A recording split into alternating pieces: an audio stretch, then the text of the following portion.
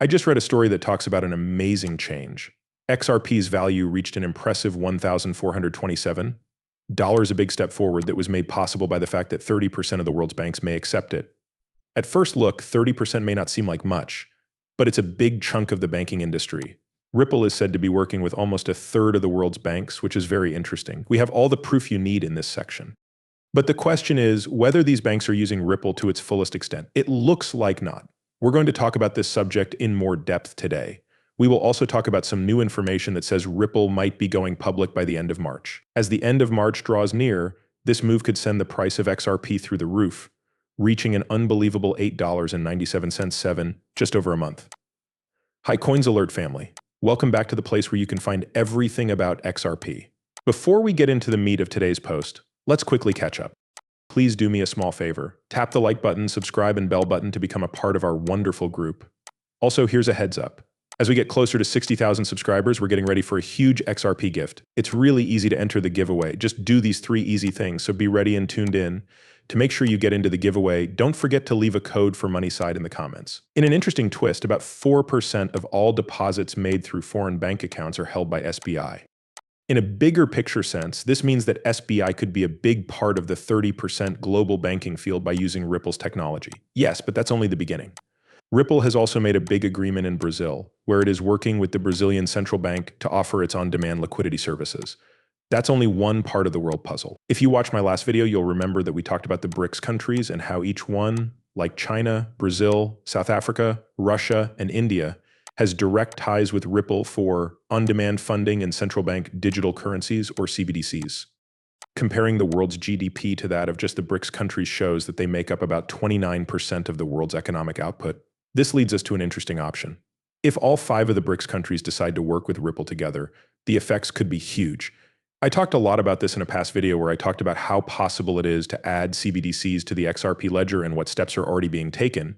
It's impossible to stress how important the XRP ledger is in this situation. It is a very important part of how the economy is changing. Because of this, the possibility for Ripple's technology grows even stronger as we look forward to the next bull market. After the Federal Reserve made a public statement, the talk about Ripple's growing role in financial technology took a big turn.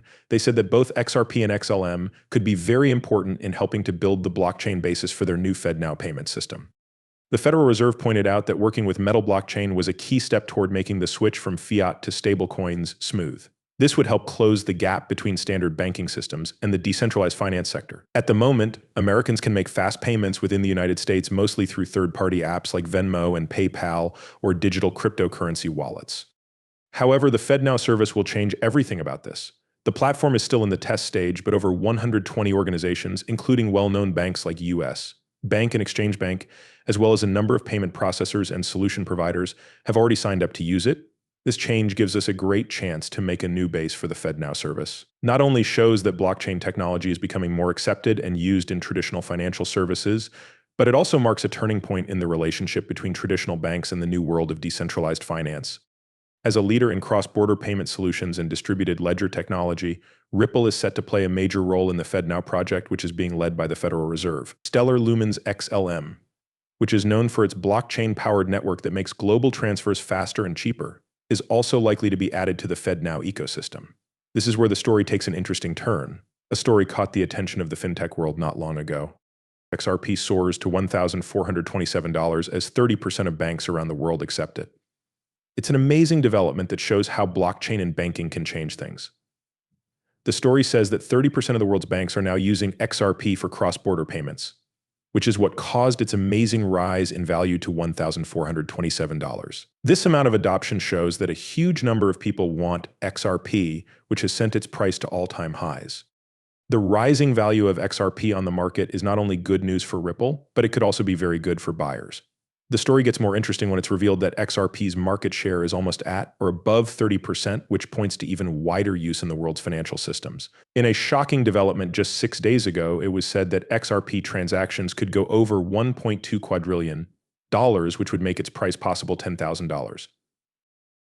Today is a huge change because financial institutions are starting to use the XRP system and its digital assets in more ways. The news is out and no one can change it. The buyback scheme from Ripple is no longer just a guess. It's becoming real faster than anyone thought it would. Ripple Labs, the company that created XRP, is not only thinking about buying it, it is already doing so. As pointed out in a recent story, Ripple starts a large buyback and retires nearly 1 billion XRP. This shows that a lot of people are sure about XRP's value and its future in the financial world. The story gets more complicated when it comes out that the Federal Reserve is not just watching from the sides, but is very interested in making XRP a central part of global payment systems. If central banks around the world start using XRP more widely, its value could skyrocket to between $12,000 and $22,000 per coin. This has huge effects. This huge increase in value shows how XRP has the ability to completely change the way global finance works. It has also been confirmed that Google's insights are in line with this path, which supports the Federal Reserve's plans to use XRP as a global payment option because it is so flexible. This set of events is a big step forward for Ripple and XRP. It puts them at the forefront of financial innovation and could change the way payments are made around the world. As promised, we have some shocking papers that were leaked and are about to tell you about them. There are more and more signs that the Federal Reserve has been interested in XRP for a while now.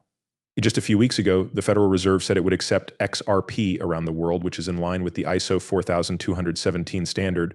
This big plan was supposed to be put into action by the end of 2023, but there were delays that weren't expected. As a result, XRP wasn't widely used as a legally recognized currency right away after regulators gave the go-ahead. Now, XRP is mentioned with other well-known currencies like the US dollar, the euro, the British pound, and the Canadian dollar, which are all issued by governments or central banks, but the story gets more complicated when it comes out that the Federal Reserve wants to use the XRP digital asset. Google Reader insights show that Kikuchi, a government figure who supports using XRPL's public chain, said that a side chain should be made. Kegi, an expert, says that this plan would let Federal Reserve funds work directly with new ideas in the private sector. This would make it possible for people to work together and make huge strides in technology. This is just the start. The head of the US Federal Reserve, Jerome Powell, has made it clear that big investments are being made to create new independent settlement systems in the US. This means that financial technology and digital assets are about to go through a transformative time. Do not forget that I am not a professional financial advisor. The information in these movies is only meant to be entertaining. Before making any financial decisions, I always tell my viewers to do their own study and talk to professionals. Thanks for listening. Do not forget to hit the follow button and give the video a thumbs up if you liked it. Also, make sure the alerts are on so you know right away when I post something new. In the next movie, I can't wait to catch up with you. Be careful.